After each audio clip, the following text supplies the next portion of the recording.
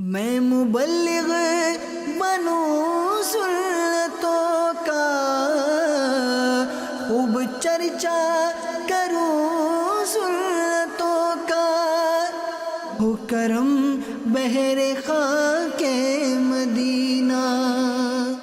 الحمدللہ رب العالمین والصلاة والسلام على سید المرسلین، اما بعد فاعوذ باللہ من الشیطان الرجیم، بسم اللہ الرحمن الرحیم۔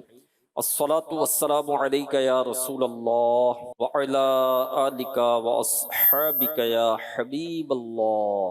الصلاة والسلام علیک یا نبی اللہ وَعَلَىٰ آلِكَ وَأَصْحَابِكَ يَا نور اللہ۔ فرمان مصطفیٰ صلی اللہ علیہ وسلم، جبریل علیہ السلام نے میرے پاس حاضر ہو کر عرض کی، آپ کا رب کریم ارشاد فرماتا ہے، اے محمد صلی اللہ علیہ وسلم، کیا تم اس بات پر راضی نہیں کہ تمہارا امتی تم پر ایک بار درود بھیجے، میں اس پر 10 رحمتیں اتاروں، اور آپ کی امت میں سے جو کوئی ایک سلام بھیجے میں اس پر 10 سلام بھیجوں۔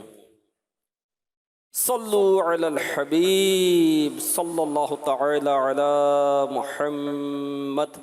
درود پاک وہ ورد ہے، وہ وظیفہ ہے جس میں ہر پریشانی، ہر غم، ہر مصیبت، ہر تکلیف کا علاج ہے۔ پیٹ میں درد ہے، درود پاک پڑھیں۔ سر میں درد ہے، درود پاک پڑھیں۔ اولاد چاہیے، درود پاک پڑھیں۔ بیٹا چاہیے، درود پاک پڑھیں۔ بیٹی چاہیے، درود پاک پڑھیں۔ بارشیں نہیں ہو رہی، قحط سالی ہے، درود پاک پڑھیں۔ تو درود پاک ورد بھی ہے، وظیفہ بھی ہے، دعا بھی ہے۔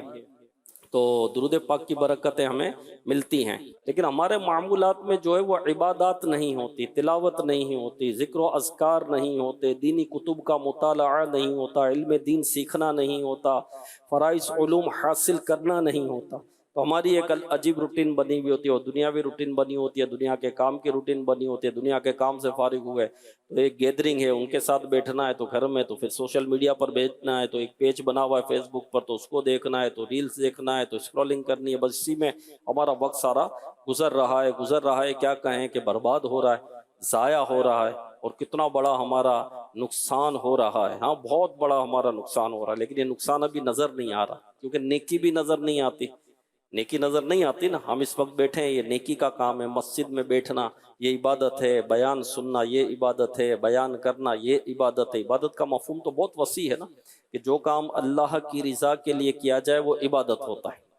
آپ یہاں اللہ کی رضا کے لیے آئیں، ثواب کے لیے آئیں، یہ کار خیر ہے، یہ ثواب کا کام ہے، عبادت ہے۔ وہ بات ہے نیت پر ہے، کہ نیت واقعی یہ ہے کہ میں علم دین حاصل کروں گا، مدنی مذاکرے سنوں گا، مرحبا یا مصطفیٰ کی دھومیں مچاؤں گا، میرے آقا علیہ الصلوۃ والسلام کی آمد کی میں خوشیاں مناؤں گا۔ یہ اچھی اچھی نیت ہے، اس لیے میں سفر کرتا ہوں، یہاں آیا ہوں اور علم دین حاصل کروں گا، تو بالکل ثواب ہے، اور عظیم ثواب ہے، اور بہت نیکیاں اس میں ملے گی۔ اچھا، کسی کی یہ نیت ہے کہ بھائی میں کراچی شہر دیکھوں گا، گھوموں گا، پھروں گا، تو پھر یہ ثواب کی نیت نہیں ہے نا، نیکی کی نیت نہیں ہے۔ تو جیسی نیت ہوتی ہے اس کے مطابق اس کو جو ہے وہ اس کا صلہ ملتا ہے۔ نیکی کہتے ہیں نیت صاف منزل آسان، اور نیت میں خطرہ جولی میں پتھرا، سمپل ہے۔ تو اچھی نیت ہے یہ، اور کرنی چاہیے ہمیں۔ تو ماشاءاللہ یہ ثواب کا کام ہے، اجر کا کام ہے، نیکی کا کام ہے، الحمدللہ۔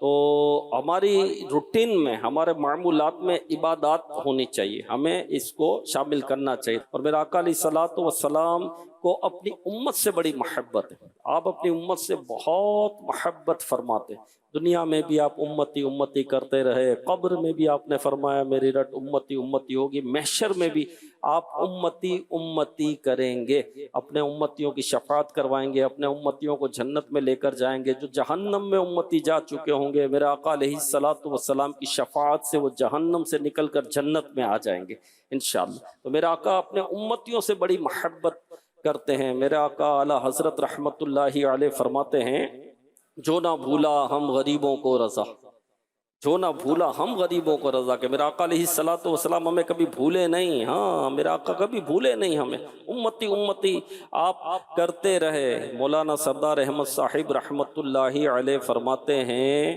کہ اگر نبی کریم صلی اللہ علیہ وسلم اپنی حیات مبارکہ میں، جو ظاہری حیات مبارکہ ہے، دنیا کی جو آپ کی حیات مبارکہ ہے، پوری حیات مبارکہ میں یعنی 63 سال کی عمر میں آپ ایک مرتبہ کہتے امتی. کتنی مرتبہ؟ ایک مرتبہ فرماتے امتی، بس ایک مرتبہ 63 سال کی. جبکہ ایسا نہیں ہے، آپ امتی امتی امتی کرتے رہے، فرماتے رہے، ایک مرتبہ فرماتے امتی. اور اس کے بدلے میں امت ساری زندگی یا رسول اللہ، یا حبیب اللہ، یا نبی اللہ، یا نور اللہ کا ورد کرتی رہتی، تو اس ایک مرتبہ امتی کہنے کا حق ادا نہ ہوتا. میرے آقا کی شان دیکھو، میرے آقا کی شان دیکھو. سید المرسلین ہیں، انبیاء کے سردار ہیں، کائنات آپ کے لیے بنائی گئی، اس شان والے آقا، اور امتی ایک مرتبہ کہے تو ہم زندگی بھر یا رسول اللہ، یا حبیب اللہ، یا نبی اللہ، یا نور اللہ کرتے رہیں تو اس کا حق ادا نہیں ہو سکتا.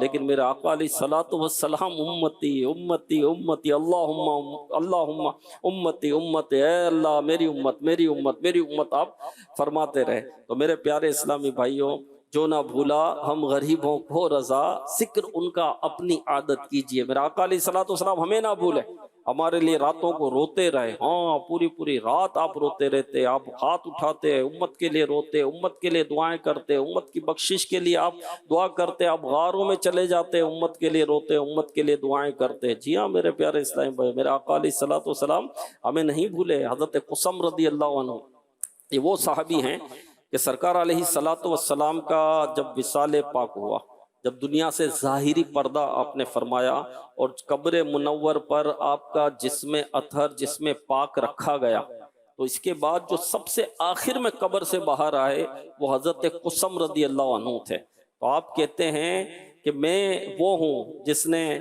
قبر منور میں سب سے آخر میں سرکار علیہ الصلوۃ والسلام کے چہرہ پاک کی زیارت کی، اور میں نے دیکھا کہ ہونٹ حرکت کر رہے تھے. میں نے سنا میرے آقا علیہ الصلوۃ والسلام کے ہونٹ حرکت کر رہے تھے، آواز آ رہی تھی رب امتی امتی، یا اللہ میری امت، یا رب میری امت میری امت. جی ہاں، تو جو نہ بھولا ہم غریبوں کو رضا، ذکر ان کا اپنی عادت کیجئے. تو امتی کو اب کیسا ہونا چاہیے؟ ہمارے آقا ایسے ہیں، ہمارے مولا ایسے ہیں، ہمارے مددگار ایسے ہیں، ہماری شفاعت کرنے والے ایسے، ہمارے نبی ایسے کہ ہمیں یاد کرے، ہمارے لیے دعائیں کرے، ہمارے لیے جو ہے وہ بے قرار اور بے چین ہو جائے.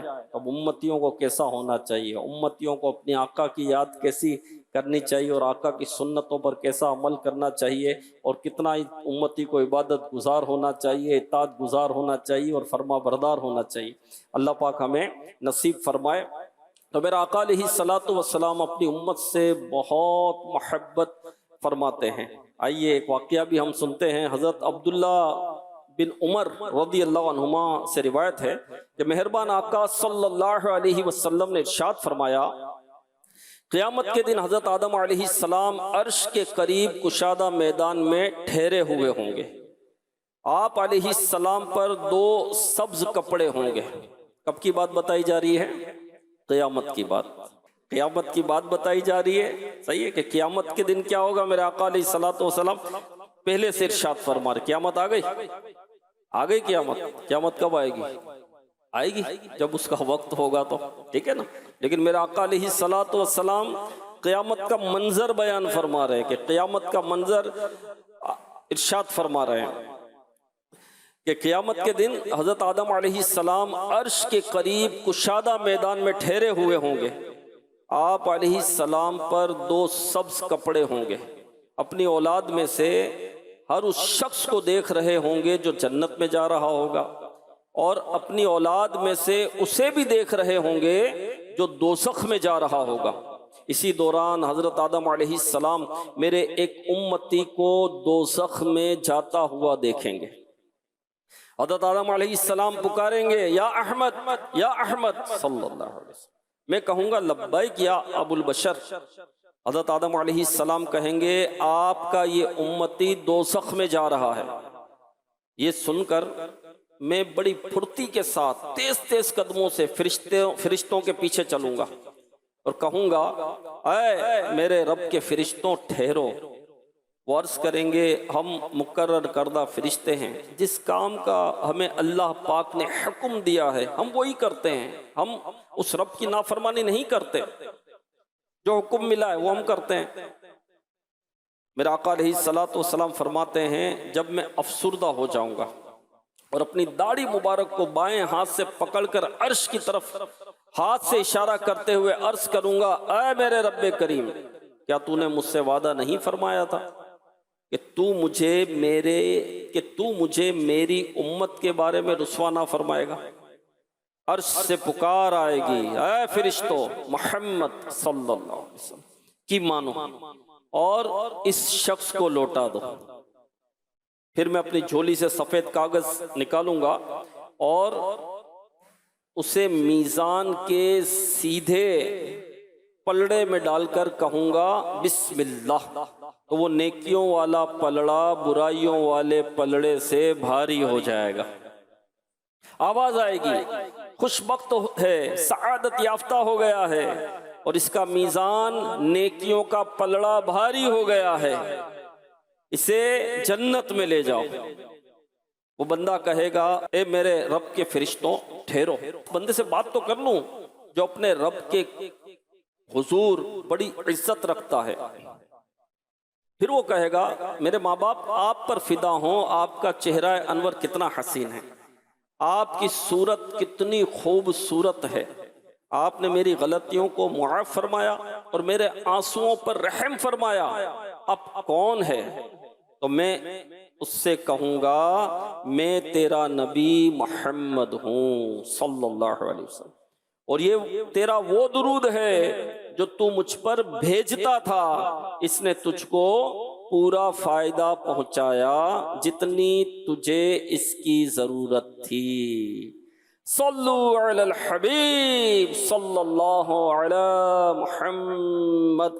تو پیارے پیارے اسلام بھائیو، بیان کردہ ایمان افروز واقعے سے کئی ہمیں مدنی پھول سیکھنے کو ملتے ہیں۔ مثلا نبی کریم صلی اللہ علیہ وسلم اللہ کریم کی عطا سے غیب کا علم رکھتے ہیں، جو کچھ ہو رہا ہے اور جو کچھ آئندہ ہونے والا ہے، بلکہ قیامت میں جو کچھ ہوگا، تمام باتوں کا علم اللہ کریم نے آپ صلی اللہ علیہ وسلم کو عطا فرمایا ہے۔ تو میرے آقا اعلیٰ حضرت رحمت اللہ علیہ فرماتے ہیں، اور کوئی غیب کیا تم سے نہا ہو بھلا، نہا مینس چھپا ہوا، اور کوئی غیب کیا تم سے نہا ہو بھلا، جب نہ خدا ہی چھپا تم پہ کروڑوں درود، جب نہ خدا ہی چھپا تم پہ کروڑوں درود۔ تو کائنات کا سب سے بڑا غیب کیا ہے؟ رب کریم، اللہ پاک۔ اللہ پاک کو کس نے دیکھا؟ کوئی کم و بیش 1,24,000 انبیاء کرام آئے، پیغمبر آئے، لیکن اللہ کو دیکھا نہیں تھا۔ ہاں، خواب میں رب کی زیارت ہوتی ہے۔ ہمارے امام اعظم ابو حنیفہ رحمت اللہ علیہ نے 100 مرتبہ خواب میں رب کی زیارت کی، ہاں، لیکن جاگتی آنکھوں سے، ہوش و حواس میں۔ کس نے رب کو دیکھا؟ کسی نے نہیں دیکھا، میرے آقا علیہ الصلوۃ والسلام نے دیکھا، رب کا دیدار کیا، معراج کی رات کیا، اور جاگتی آنکھوں سے، ہاں، خواب میں نہیں تھی یہ معراج، جاگتی آنکھوں سے دیدار کیا۔ تو اور کوئی غیب کیا چھپے گا جو کائنات کا سب سے بڑا غیب ہے؟ رب کریم، میرے آقا علیہ الصلوۃ والسلام نے اللہ پاک کا بھی دیدار کیا ہے، تو اور کوئی غیب کیا چھپے گا؟ تو میرے آقا علیہ الصلوۃ والسلام نے غیب کی خبر دیتے ہوئے حضرت آدم علیہ السلام کے بارے میں بتا دیا کہ قیامت کے دن وہ عرش کے قریب کشادہ میدان میں تشریف فرما ہوں گے، 2 سبز کپڑے زیب تن کیے ہوں گے، اپنی اولاد کو بھی دیکھیں گے، حتیٰ کہ نبی انور صلی اللہ علیہ وسلم کے ایک امتی کو جب دوزخ میں لے جایا جائے گا تو میرے آقا علیہ الصلوۃ والسلام ملاحظہ بھی فرمائیں گے، اس کی جانب متوجہ ہو کر اس کی مدد بھی فرمائیں گے۔ یہ بھی پتہ چلا کہ بارگاہ الہی میں میرے آقا علیہ الصلوۃ والسلام کا کتنا عالی شان مقام ہے۔ یقیناً یہ اللہ پاک کا کرم ہے۔ یہاں یہ بات بھی ذہن نشین رہے کہ میرے آقا علیہ الصلوۃ والسلام کا عرش کی طرف ہاتھ سے اشارہ کرنا بارگاہ الہی میں عرض کرنے کے لیے ہے، یہ نہیں کہ معاذ اللہ اللہ پاک عرش پر ہوگا اور آپ صلی اللہ علیہ وسلم اسے اشارہ کریں گے، کیونکہ اللہ پاک تو مکان و سمت ڈائریکشن سے پاک ہے، اس کا کلام بھی آواز سے پاک ہے، وہ ایسا ہے جیسا اس کی شان کو لائق ہے۔ اس روایت سے یہ بھی معلوم ہوا کہ درود پاک پڑھنے کی بہت برکتیں ہیں کہ درود پاک پڑھنے والے جس طرح دنیا میں اس کی برکتوں سے فیض یاب ہوتے ہیں، انشاءاللہ قیامت کے دن بھی ایسوں کے وارے نیارے ہو جائیں گے۔ لہٰذا ہمیں چاہیے کہ ہم بھی رسول پاک صلی اللہ علیہ وسلم کی پاک بارگاہ میں اٹھتے بیٹھتے چلتے پھرتے الغرض ہر وقت ایوری ٹائم درود پاک کے نذرانے پیش کرتے رہیں۔ انشاءاللہ الکریم درود پاک کی برکت سے دنیا بھی سنور جائے گی اور آخرت بھی سنور جائے گی۔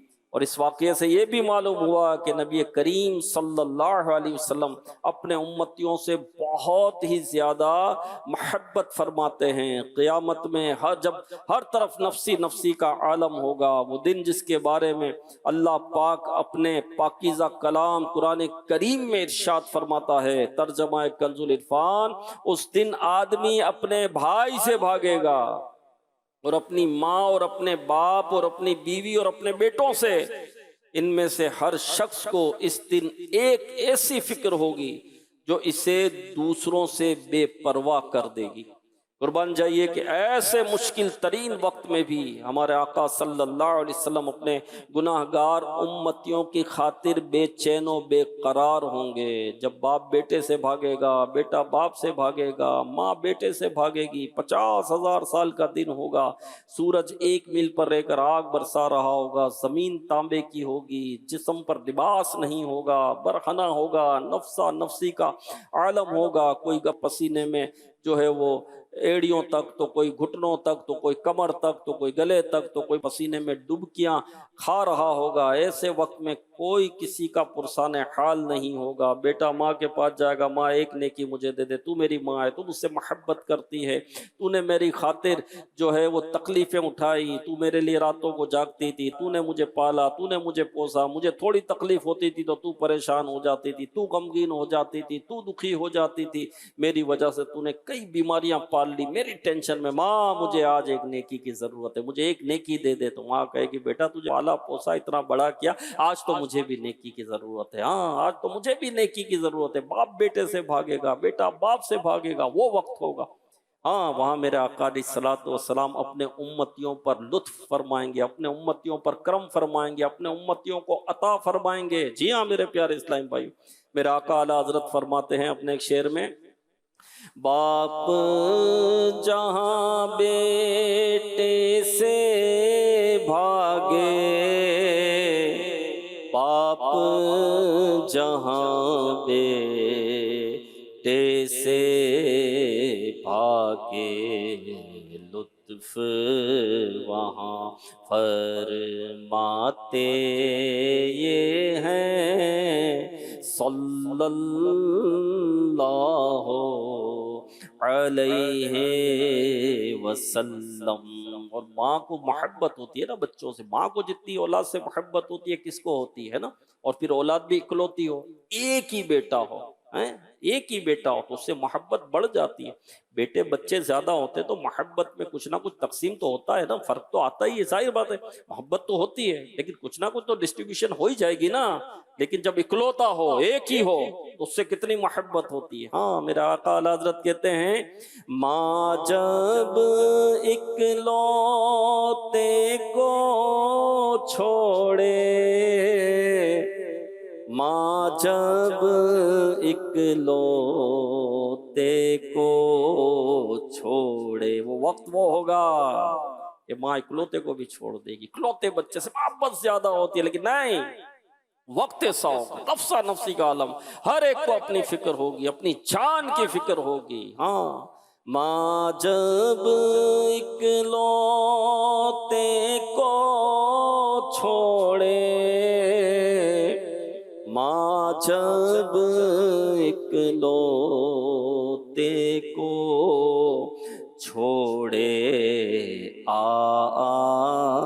کہہ کر بلاتے یہ ہیں صلی اللہ علیہ وسلم۔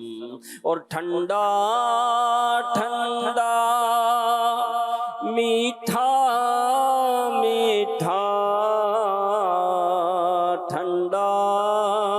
ٹھنڈا میٹھا میٹھا پیتے ہم ہیں، پلاتے یہ ہیں صلی اللہ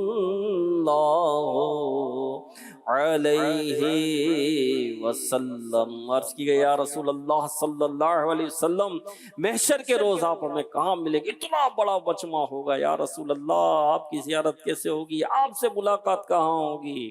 میرے آقا علیہ الصلوۃ والسلام نے فرمایا مجھے میزان پر دیکھ لینا، اپنے گناہگار امتیوں کا نیکیوں کا پلڑا بھاری کروا رہا ہوں گا۔ تو شفاعت کے بھی درجے ہوں گے نا، ایک تو شفاعت یہ کہ بے حساب جنت میں داخلہ ہوگا، بے حساب جنت میں داخلہ ہوگا۔ اور بارے شریعت میں ہے کہ میرے آقا علیہ الصلوۃ والسلام محشر کے روز رب کی بارگاہ میں سجدے میں جائیں گے، اللہ پاک فرمائے گا محمد سر اٹھاؤ آج آپ کی سنی جائے گی، پھر شفاعت کا دروازہ کھلے گا اور 4 ارب 92 کروڑ سے زیادہ لوگ بغیر حساب کے جنت میں داخل ہوں گے، ہے نا۔ تو شفاعت کے درجات ہوں گے، تو ایک تو بے حساب جنت میں داخلہ میرے آقا علیہ الصلوۃ والسلام کروائیں گے، اور پھر میزان پر جن کے نیکیوں کے پلڑے ہلکے ہوں گے، گناہ زیادہ ہوں گے، میرے آقا علیہ الصلوۃ والسلام وہ نیکیوں کا پلڑا بھاری کروائیں گے، ہے نا۔ اپنی سفارش سے اپنی شفاعت سے وہ باری ہوگا اور یہ جنت میں اس کو داخلہ نصیب ہوگا۔ عرض کی یا رسول اللہ میزان پر نہ پاؤں تو کہاں ڈھونڈوں؟ میرے آقا علیہ الصلوۃ والسلام نے فرمایا مجھے حوض کوثر پر دیکھ لینا، امت کو میں کوثر کے جام بھر بھر کر پلا رہا ہوں گا۔ ٹھنڈا ٹھنڈا میٹھا میٹھا ٹھنڈا ٹھنڈا میٹھا میٹھا پیتے ہم ہیں، پلاتے یہ ہیں صلی اللہ علیہ وسلم۔ یا رسول اللہ حوض کوثر پر نہ پاؤں تو کہاں ڈھونڈوں؟ فرمایا مجھے پل صراط پر دیکھ لینا، امتیوں کو پل صراط پار کروا رہا ہوں۔ رب سلم کی ڈھارس سے، رب سلم کی ڈھارس سے، رب سلم یا اللہ سلامتی کے ساتھ گزار، یا اللہ سلامتی کے ساتھ گزار۔ میرے آقا علیہ الصلوۃ والسلام کی صدا پل صراط پر یہ ہوگی، یا اللہ میرے امتیوں کو سلامتی کے ساتھ گزار، سلامتی کے ساتھ گزار۔ رب سلم کی ڈھارس سے، رب سلم کی ڈھارس سے، پل سے پار چلاتے یہ ہیں صلی اللہ علیہ وسلم۔ پل صراط بال سے باریک تلوار سے تیز، اندھیرے میں ڈوبا ہوگا، جہنم پر ہوگا۔ 15,000 برس کی راہ ہے، 5,000 برس چڑھنا، 5,000 برس گزرنا، 5,000 برس اترنا۔ گناہگار کٹ کٹ کے جہنم میں گر رہے ہوں گے، ہاں بھوک کی شدت، پیاس کی شدت، اور کمر گناہوں کے سبب جو ہے وہ جھکی ہوئی ہوگی، گناہوں کا بھاری بوجھ ہوگا، اور پل صراط سے گزرنا ہوگا۔ میرے پیارے اسلام بھائی غور تو کریں، سوچے تو صحیح، پل صراط بال سے باریک ہے، تلوار سے تیز ہے، اور سائیڈ میں آنکڑے بھی ہے جو پکڑ پکڑ کر جہنم میں پھینک رہے ہوں گے، لوگ کٹ کٹ کے گر رہے ہوں گے۔ یہ پل صراط پار کرنا ہوگا، قدم رکھنا ہوگا۔ ہمارے گھروں میں جب بارشیں وغیرہ ہوتی ہے، گلی میں پانی وانی بھر جاتا ہے، روز ہم گزرتے ہیں، اس گلی سے گزرتے ہیں، روز ہم اپنے گھر پر جاتے ہیں، لیکن جب پانی بھر جاتا ہے تو بندہ سنبھل کر پاؤں رکھتا ہے، حالانکہ پتہ ہوتا ہے، پھر بھی سنبھل کر پاؤں رکھتا ہے، کہیں سلپ نہ ہو جاؤں، کہیں کوئی کھڈا نہ ہو، کہیں کوئی پتھر نہ ہو، کہیں کوئی گڑھا نہ ہو، کہیں کوئی آزمائش نہ ہو جائے۔ کتنی تکلیف سے بندہ گزرتا ہے۔ اب اندازہ لگائیں پل صراط پار کرنا، ہم تصور نہیں کر سکتے میرے پیارے اسلام بھائی، لیکن میرے آقا اعلیٰ حضرت رحمت اللہ علیہ فرماتے ہیں رضا پل سے اب وجد کرتے گزریے۔ اے رضا ٹینشن نہیں لو پل صراط کا، رضا پل سے اب وجد کرتے گزریے. کیوں وجد کرتے گزریے؟ ابھی تو پاؤں رکھنا مشکل ہے، پل صراط سے گزرنا مشکل ہے، اتنی تکلیف، اتنا خوف، اتنا غم، لوگ کٹ کٹ کے گر رہے ہیں، اور اعلیٰ حضرت فرما رہے ہیں رضا پل سے اب وجد کرتے گزریے. جب بندہ ایک وجدانی کیفیت میں ہوتی ہے تو اس کی چال ویسی تو نہیں ہوتی نا جیسے نارمل چال ہوتی ہے. یہاں تو نارمل چال پاؤں رکھنا مشکل ہے نارمل چال میں، لیکن میرے آقا اعلیٰ حضرت فرماتے وجد کرتے گزریے، جھوم کر گزرے ہیں. یوں سمجھ لیجئے جھوم کر گزرے. نہیں جھوم کر گزرے کیوں؟ رضا پل سے اب وجد کرتے گزریے کہ ہے رب سلم صدائے محمد. جب میرے آقا علیہ الصلوۃ والسلام کی صدا یہ ہے کہ رب سلم، یا اللہ سلامتی کے ساتھ گزار، سلامتی کے ساتھ گزار، تو رضا تم کو ٹینشن لینے کی ضرورت نہیں ہے، تم کو فکر مند ہونے کی ضرورت نہیں ہے، تم وجد کرتے ہوئے گزرو. کیوں؟ کیونکہ ہے رب سلم صدائے محمد. رضا پل سے اب وجد کرتے گزریے، رضا پل سے اب وجد کرتے گزریے کہ ہے رب سلم صدائے محمد، کہ ہے رب سلم صدائے محمد.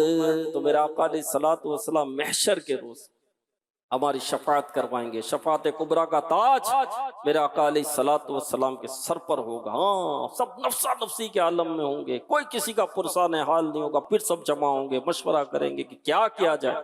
ہاں کہیں گے ہمیں جہنم میں ڈال دو، یہ دن گزر جائے. یہ دن گزر نہیں رہا، اتنی تکلیف کا دن. ہاں یہ خواہش کریں گے کفار کہ ہمیں جہنم میں ڈال دو، بس یہ دن کسی طرح گزر جائے. گزر نہیں رہا. سب جمع ہوں گے، پھر سب جمع ہو کر جو ہے حضرت آدم علیہ الصلوۃ والسلام کی خدمت میں حاضر ہوں گے. مشورہ ہوگا کہ یہاں چلتے ہیں، یہ تو ہمارے والد ہیں، تو ہمارے والد ہیں، ان کی خدمت میں حاضر ہوتے ہیں، یہ کچھ کریں گے. حضرت آدم علیہ الصلوۃ والسلام فرمائیں گے اللہ پاک نے جیسا غضب آج فرمایا اس سے پہلے کبھی نہیں فرمایا، اس کے بعد ایسا غضب نہیں فرمائے گا. آج میں کچھ نہیں کر سکتا. کہیں گے اذهبوا الی غیر، کہیں گے اور نبی اذهبوا الی غیر. پھر حضرت ابراہیم علیہ الصلوۃ والسلام کے پاس یہ سب جائیں گے، آج آپ کچھ کیجئے.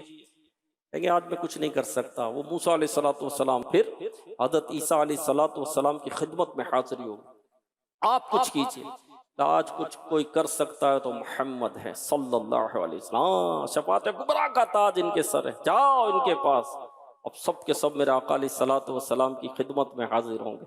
کہیں گے اور نبی اذهبوا الی غیری، میرے حضور کے لب پر انا لہا ہوگا، آؤ میں اسی لیے ہوں، ہاں میں اسی لیے ہوں. ہاں اور پھر میرے آقا علیہ الصلوۃ والسلام سجدے میں سر رکھیں گے اور شفاعت کا دروازہ کھلے گا. ہاں اور پھر جو ہے 4 ارب 92 کروڑ سے زیادہ لوگ جنت میں داخل ہوں گے. سب اپنی شفاعت میرے آقا علیہ الصلوۃ والسلام کے حضور لے کر آئیں گے. ڈائریکٹ رب سے شفاعت جو ہے میرے آقا علیہ الصلوۃ والسلام فرمائیں. اور ایک قرآن یہ بھی ڈائریکٹ رب سے شفاعت کروائے. ہاں اور کرم ہوگا، گناہ گاروں پر کرم ہوگا. ایک نقطہ اعلیٰ حضرت نے یہاں پر بیان کیا ہے، بڑا پیارا نقطہ بیان کیا ہے. بھئی یہ محشر کا واقعہ ہم نے ایک مرتبہ تھوڑی سنا ہے. جب بھی میں نے بیان کیا حضرت آدم علیہ الصلوۃ والسلام کے پاس جائیں گے، حضرت موسیٰ علیہ الصلوۃ والسلام کے پاس، حضرت ابراہیم علیہ الصلوۃ والسلام کے پاس، حضرت عیسیٰ علیہ الصلوۃ والسلام کے پاس. پہلے بھی ہم نے سنا ہے، کئی مرتبہ سنا ہے، اور یہ سنایا جا رہا ہے.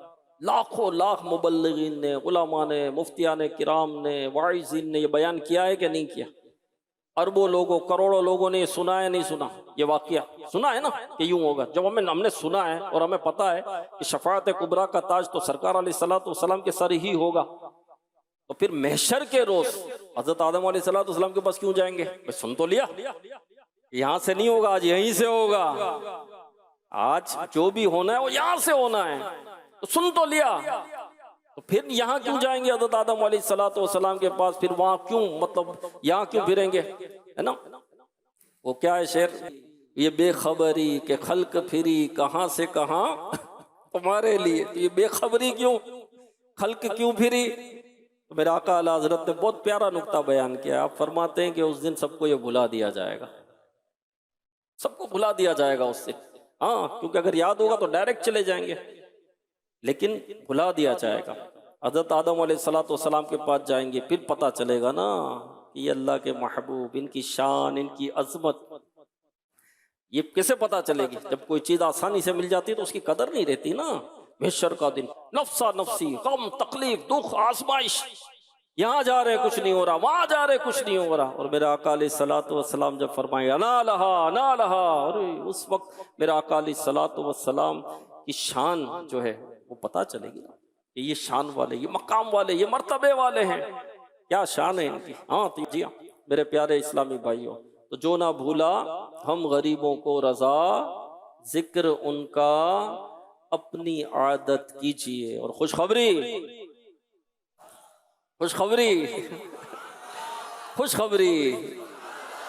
حضرت سیدنا عبدالعزیز دباغ رحمت اللہ علیہ فرماتے ہیں کہ امت محمدیہ صلی اللہ علیہ وسلم میں بعضوں کے علاوہ سب کے سب جنت الفردوس میں ہوں گے،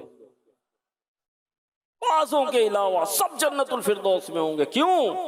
کیونکہ میرے آقا علیہ السلام اپنی امت کو اپنی آنکھوں سے دور نہیں رکھنا چاہتے۔ ہاں تو جو نہ بھولا ہم غریبوں کو رضا، ذکر ان کا اپنی عادت کیجیے۔ ایسے میرے آقا صلی اللہ علیہ وسلم اتنی محبت فرمانے والے، امت کے لیے رونے والے، امت کے غم میں آنسو بہانے والے آقا صلی اللہ علیہ وسلم، ان کی ہم سنتوں پر عمل نہ کریں، ان پر ہم درود و سلام نہ بھیجیں، بدبخت شیطان کے پیچھے ہم چلیں، گناہوں کی زندگی گزاریں؟ نہیں میرے پیارے اسلام بھائی، نہیں، ہمیں سنتوں بھری زندگی گزارنی ہے، سنتوں پر عمل کرنا ہے، ہاں نیکیوں والی زندگی گزارنی ہے، عبادت والی زندگی گزارنی ہے، تقوی اور پرہیزگاری اختیار کرنی ہے، درود و سلام والی زندگی گزارنی، گالیاں نہیں دینی، جھوٹ نہیں بولنا، غیبت نہیں کرنی، چغلی نہیں کرنی، ہاں نمازیں نہیں چھوڑنی، نمازیں نہیں قضا کرنی، جماعت نہیں چھوڑنی، ہاں جماعت کے ساتھ نماز پڑھنی، کوئی نماز نہیں چھوٹنی چاہیے۔ نماز میں میرے آقا علیہ السلام کی آنکھوں کی ٹھنڈک ہے، نماز میں میرا آقا علیہ السلام کی آنکھوں کی ٹھنڈک ہے۔